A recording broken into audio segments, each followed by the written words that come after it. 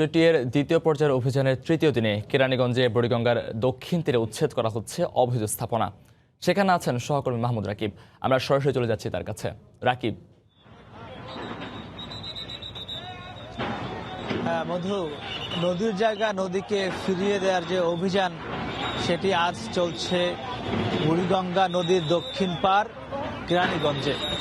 আমরা সকাল থেকে দেখেছি ঠিক 9:30টায় শুরু হয়েছে আজকের এই দ্বিতীয় দফার তৃতীয় দিনের অভিযান।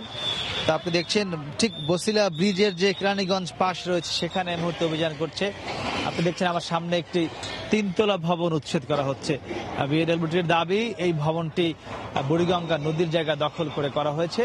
ভবনটির অধিকাংশ অংশই কিন্তু ইতিমধ্যেই ভেঙে ফেলা হয়েছে এবং আপনি দেখছেন আশপাশে আরো যেসব ভবন রয়েছে সেগুলো ভেঙে ফেলা হচ্ছে।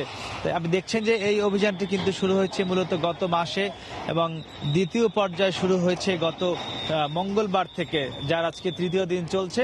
তো এই ঠিক আমি যদি একটু আপনাকে দেখাই, আমার ডান পাশে এই ঠিক ভবনগুলোর ডান পাশে গিয়ে কিন্তু একটি বিদ্যুতের পাওয়ার প্ল্যান্ট রয়েছে, বিদ্যুতের স্টেশন বলা হয়। এবং এটি কিন্তু এখানকার যারা সাধারণ মানুষ তারা বলছেন যদি এই ভবনগুলো ভাঙা পড়ে নদীর জায়গা দখল করে করার অপরাধে, তাহলে এই বিদ্যুৎ যে প্ল্যান্টটি রয়েছে বসিলা ব্রিজের ঠিক ডান পাশে সেটিও কিন্তু তারা দাবি করছেন যে এটিও তাহলে অবৈধভাবে করা হয়েছে নদীর জায়গা দখল করে। স্থানীয় অনেকেই দাবি করেছেন যে এসব ভবন ভাঙলে কিন্তু এই বিদ্যুৎ প্ল্যান্টটিও ভাঙা উচিত।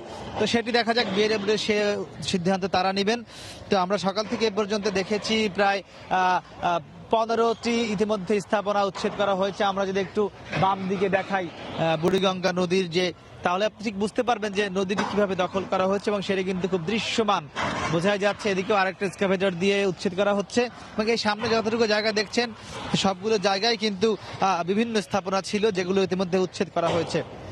তো এই বুড়িগঙ্গার এখানে উচ্ছেদ শেষে আজ কিছুক্ষণের মধ্যেই তুরাগ নদীর পারে বেশ কিছু হাউজিং রয়েছে। ইতিমধ্যে আপনি জানেন যে আমির মোমিন হাউজিং উচ্ছেদ সম্পন্ন হয়েছে।